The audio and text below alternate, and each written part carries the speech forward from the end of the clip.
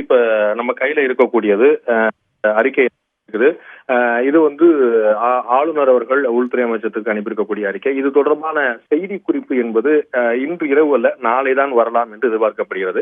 இது வந்து ஆளுநர் மாளிகையிலிருந்து அவங்களுக்கு உள்துறை அமைச்சருக்கு அவங்க வழக்கமா வந்து எப்பவுமே ஒரு நிகழ்வுல வந்து ஒரு முடிவு எடுக்கும் போது அந்த முடிவு எப்படிப்பட்டது ஏன் அப்படின்னு சொல்லிட்டு அவங்க விளக்கம் கொடுப்பாங்க உள்துறை அமைச்சருக்கு. அந்த உள்துறை அமைச்சருடைய விளக்கத்தின்படி அந்த உள்துறை அமைச்சரும் அதை ஏற்றுக்கொள்ளும். இப்போ வந்து ஆளுநர் அந்த அறிக்கையை அனுப்பியிருக்கிறாரு. முதல் முறையாக ஒரு அறிக்கை இந்த பிரச்சனைக்கு அப்புறம் எல்லாரோடையும் பேசின பிறகு தமிழக முதலமைச்சராக இருக்கக்கூடிய திரு ஓ பன்னீர்செல்வம், அதிமுக பொதுச்செயலாளர் இருக்கக்கூடிய திருமதி வி கே சசிகலா, இவர் அத்தனை பேர்ட்டையுமே வந்து டிஸ்கஸ் பண்ணிட்டு இன்னைக்கு காலையில தலைமைச் செயலாளர் கிரிஜா வைத்தியநாதன் அவர்கள் மற்றும் டிஜிபி திரு ராஜேந்திரன் அவர்கள் இவங்கள்ட்ட எல்லாருமே ஆலோசனை பண்ணாரு. எல்லாத்தையுமே ஆலோசனை பண்ணி ஒட்டுமொத்த சமப்பா இன்னைக்குதான் இந்த அறிக்கை அனுப்பியிருக்காரு. இதுக்கு முன்னாடி இந்த அறிக்கையை அனுப்பல. ஏன்னா அவர் குறிப்பிடக்கூடிய விஷயமே டிஜிபி கிட்ட பேசினது, கமிஷனர்கிட்ட பேசினது, சீஃப் செக்ரட்டரி பேசினது, ஏடிஎம்கேல சொல்லப்பட்டது, பன்னீர்செல்வம் அவர்கள் தரப்புல சொல்லப்பட்டது எல்லாத்தையுமே குறிப்பிட்டிருக்காங்க. சிக்னிபிகண்டான விஷயங்கள் நம்ம 2-3 நமக்கு வந்து தகவலா வந்திருக்கு. இது வந்து நம்முடைய சோர்சஸ் சொல்லக்கூடிய தகவல் ரொம்ப ஸ்ட்ராங்கான சோர்சஸ் தான். இது வந்து அவங்க சொல்லக்கூடிய தகவல் வந்து இதுல வந்து ஒரு 4-5 விஷயத்தை குறிப்பிடார். இது வந்து ஆளுநர் மாளிகையில் இருந்து உள்துறை அமைச்சருக்கு அனுப்பப்பட்டிருக்கக்கூடிய தகவல்ல நமக்கு கிடைக்கக்கூடிய தகவல் பாத்தீங்கன்னா, லா அண்ட் ஆர்டர் பத்தி சொல்லும் போது, அதாவது எந்த மாதிரி காரணங்கள் விஷயம் கொண்டலாம் 2-3 விஷயங்கள் சொல்றாரு. லா அண்ட் ஆர்டர் பத்தி சொல்லும் போது, இன் so far as the law and order situation is concerned, the cultural event of Jallikattu is being held at various centers successfully with usual joy and fervor. The present political situation is only due to the internal party affairs of the ruling party. No significant law and order incident has been reported over the issues. இது மாதிரி இன்னைக்கு தமிழ்நாடு முழுக்க எங்கேயுமே சட்டம் ஒழுங்கு பிரச்சனை என்பது இல்ல. சட்டம் ஒழுங்கு மிக அமைதியா இருக்கிறது. ஒரு மிகப்பெரிய எதிர்பார்ப்பையும் ஏற்படுத்திய ஒரு புரட்சியை ஏற்படுத்திய ஜல்லிக்கட்டு பிரச்சனைங்கிறது முழுமையா முடிவு வந்து இன்னைக்கு பல மாநிலத்துல பல பகுதியில ஜல்லிக்கட்டு விழா வந்து கொண்டாட்டமாக, சந்தோஷமாக, உற்சாகமாக, அமைதியாக கொண்டாடப்பட்டிருக்கு அப்படிங்கிறத பாக்குறோம். இது வந்து லா அண்ட் ஆர்டர் எவ்வளவு அமைதியா இருக்கு அப்படிங்கிறதுக்கான ஒரு உதாரணம் சொல்லி சொல்றாரு.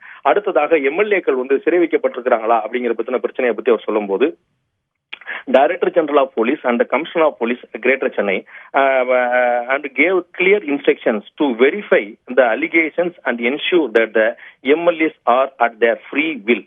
டிஜிபிக்கும் கமிஷனருக்கும் என்ன மாதிரியான, சென்னை மாநகராட்சி கமிஷனர் திரு ஜார்ஜுக்கும் டிஜிபி திரு டி கே ராஜேந்திரனுக்கும் என்ன மாதிரியான உத்தரவு அறிவுரை வழங்கப்பட்டிருக்கு என்று சொன்னால், எம்எல்ஏக்கள் அத்தனை பேருமே எங்கு இருந்தாலும், அவர்கள் எங்கு தங்கியிருக்காங்க பத்தி குறிப்பிடாம எங்கு தங்கியிருந்தாலும் அவங்க வந்து அவர்களுடைய சுய விருப்பத்தின் அடிப்படையில் தான் தங்கியிருக்கிறாங்க அப்படிங்கறத உறுதிப்படுத்துங்க.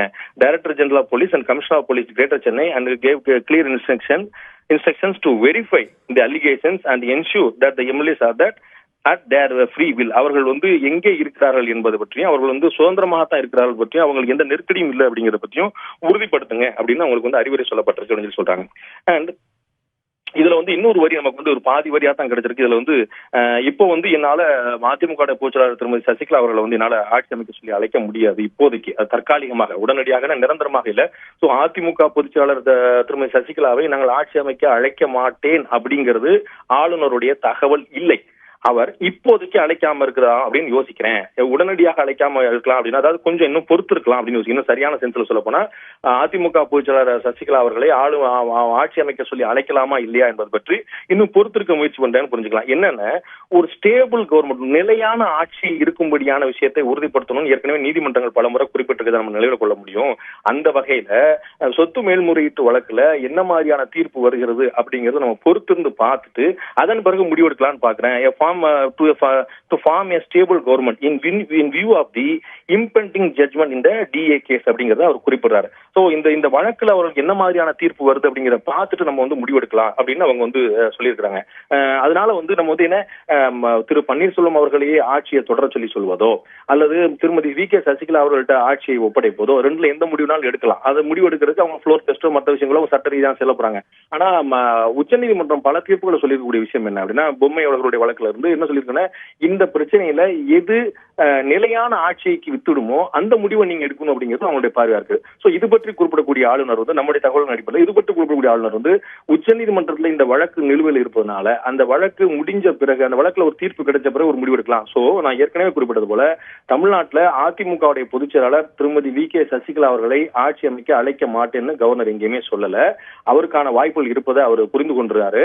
ஆனால் அதற்கு மாறாக அந்த வழக்கில் என்ன ஆகுங்கிற வரைக்கும் புரிஞ்சுக்கலாம் அப்படின்னு அவங்க சொல்றாரு இந்த தகவல். இன்னொரு முக்கியமான விஷயம் பாத்தீங்கன்னா, அரவிந்த் அவர்களுடைய டெல்லி சிறப்பு செயலர் அரவிந்த் அவர்கள் குறிப்பிட்டது போல அதிமுக தரப்புல கவர்னரை சந்தித்து கொடுக்கப்பட்ட பரிந்துரையே 5ஆம் தேதி கொடுக்கப்பட்ட பரிந்துரை தான். 5ஆம் தேதி எம்எல்ஏக்கள் கூட்டத்துல கூட்டப்பட்ட பரிந்துரை தான். சோ அந்த இதுல பாத்தீங்கன்னா திரு ஓ.பி. பன்னீர்செல்வம் அவர்கள் தான் முன்மொழிந்திருக்காரு. முதலமைச்சர் பன்னீர்செல்வம் தான் முன்மொழிந்திருக்கிறாரு.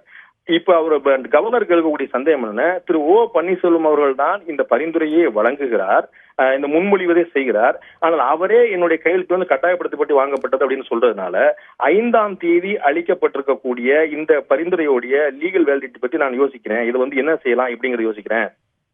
அந்த அந்த திரு ஓ Panneerselvam has prepared the resolution and also the same disputed by Thiru O Panneerselvam has stated that it was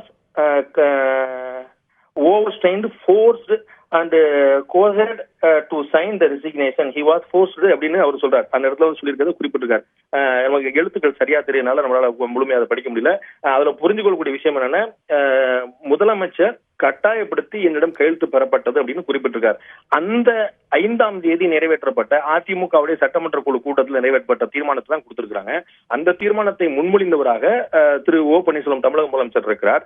ஆனால் அந்த தீர்மானத்தை என்னை கையெழுத்து வந்து கட்டாயப்படுத்தி தான் வாங்கினாங்கன்னு சொல்லியிருக்காரு. இது மாதிரி இன்னும் 2-3 விஷயங்கள் இருக்கு. நம்ம இப்பதான் அந்த கையில வாங்கிட்டு இருக்கோம். Just we are receiving. நம்ம அதை பத்தி நான் தொடர்ந்து பார்த்துட்டு இருக்கோம். சோ ஓபிஎஸ் அவர்கள் பரிந்துரை செய்தது தமிழகத்துடைய சட்டம் ஒழுங்கு நிலைமை 5ஆம் தேதி வந்திருக்கக்கூடிய 5ஆம் தேதி நடந்த அதிமுகவுடைய சட்டமன்ற குழு கூட்டத்துடைய தீர்மானங்கள் தான் கொடுக்கப்பட்டிருக்கிறது. அதிமுக பொதுச் செயலாளர் சசிகலா அவர்கள் மீதான சொத்து மேல்முறையீட்டு வழக்குல வந்து என்ன மாதிரியான முடிவு வருங்கிற பார்த்துட்டு முடிவெடுக்கலாம் அப்படிங்கிறது.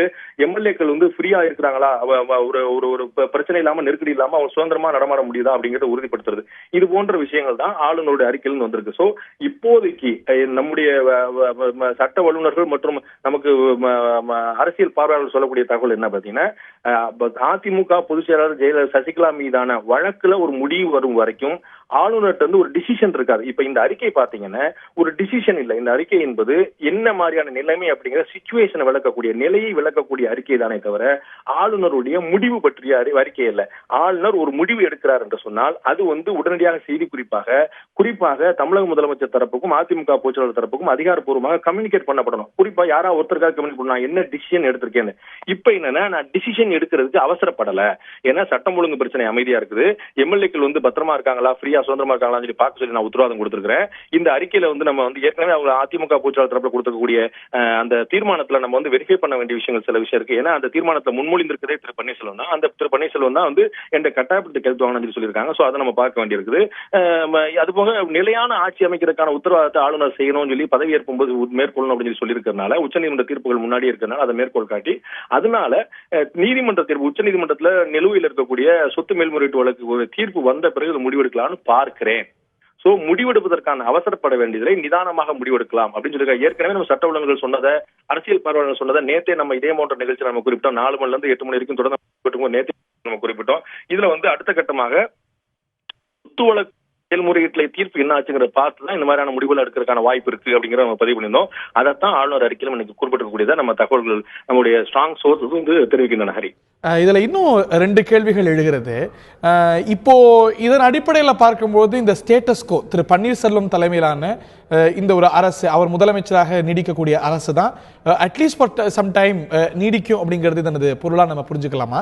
இன்னொரு கேள்வியும் சேர்த்தே முன்வைக்க விரும்புகிறேன். திரு பன்னீர்செல்வம் சில கிளைமை ஆளுநர் கிட்ட வைக்கிறார். திருமதி வி.கே. சசிகலா ஆட்சி அமைக்கும் உரிமை கோருவதை குறிப்பிட்டு அதுல சில விஷயங்களை குறிப்பிடுறார், இந்த வழக்கு நிலுவையில் இருக்கிறத குறிப்பிடுறார். திரு பன்னீர்செல்வத்துடைய கிளைம் பற்றிய ஏதேனும் விஷயங்கள் இந்த அறிக்கையில குறிப்பிடப்பட்டிருக்கிறதா? நம்ம வந்து இப்பதான் அந்த கையில நம்ம கிடைச்சிருக்கக்கூடிய காகிதங்களை நம்ம வந்து ஆலோசனை பண்ணி பரிசீலனை பண்ணிட்டு இருக்கிறோம். அதுதான் முழுமையா நம்ம படிச்சுக்கிட்டு இருக்கிறோம். அதுல வந்து ஏன்னா இது வந்து சட்ட நோக்கங்களும் சட்ட மேல் குறியீடுகளும் வழக்குடைய விவரங்களும் கூட குறிப்பிட்டிருக்கனால நம்ம அதை கொஞ்சம் கவனமா பார்த்துட்டு இருக்கோம், தவறான தகவல் வரக்கூடாதுங்கிறதுக்காக. நமக்கு நீங்க கேட்ட முதல் கேள்விக்கான பதில் வந்து பன்னீர்செல்வம் தலைமையிலான தமிழக அரசு என்பது தொடரும். நம்ம ஏற்கனவே நேற்றே நம்ம அதை குறிப்பிட்டோம். இடைக்கால அரசு, நிலையான அரசு, தற்காலிக அரசு, நிரந்தரமான அரசு அப்படிங்கிற வார்த்தையெல்லாம் வந்து அரசியல் சாசனத்துல கிடையாது. அரசு அப்படிங்கிறது நடக்குது. அரசு என்பது ஒரு முதலமைச்சர் தலைமையிலான அமைச்சரவைகளை கொண்ட அரசு. ஒரு முதலமைச்சர் ராஜினாமா செய்தால் அந்த அமைச்சரவையை ராஜினாமா செய்தால் அர்த்தம். இன்னொரு புதிய முதலமைச்சர் பொறுப்பேற்றால் அவர் தலைமையிலான அரசு அமைச்சரவை புதிதாக பொறுப்பேற்கிறது அர்த்தம்.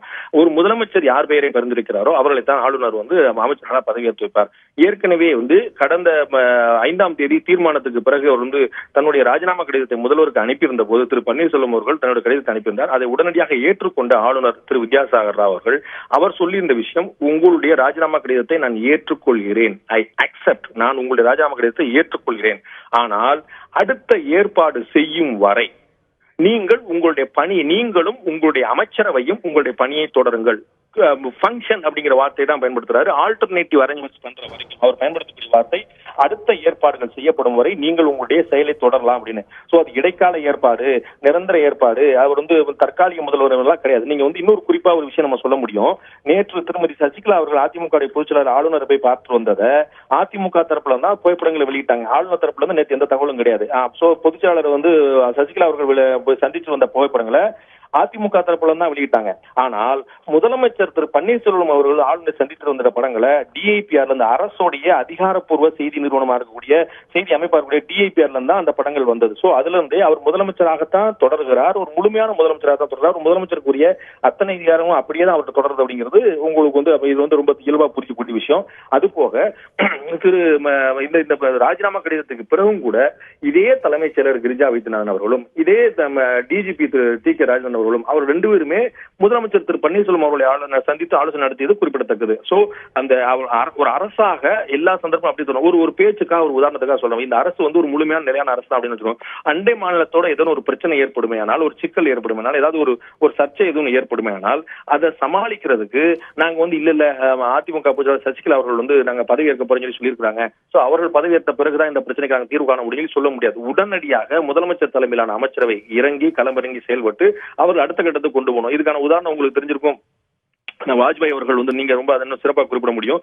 வாஜ்பாய் அவர்கள் அந்த அவருடைய ஆட்சி கவிழ்க்கப்பட்ட பிறகுதான் கார்கில் வாரே வந்தது. அந்த கார்கில் வார்ல அவங்க ஒரு போரையே கவிழ்ந்த அரசு ஒரு போரையை நடத்தக்கூடிய அளவுக்கு இருந்துச்சு. கார்கில் போர், பாகிஸ்தானுடனான போர் நம்ம வாஜ்பாய் அவர்களுடைய தலைமையிலான அரசு அவர்கள் பதவி இறக்கப்பட்ட பிறகுதான் அவர்களுக்கான அந்த பெரும்பான்மை நிரூபிக்க முடியாததுக்கு பிறகுதான் தொடர்ந்தது. சோ தமிழ்நாட்டை பொறுத்தவரைக்கு திரு பன்னீர்செல்வம் தலைமையிலான அமைச்சரவை அப்படியே நீடிக்கிறது அப்படிங்கிறது தான் தற்போதைய நிலை. ஹரி.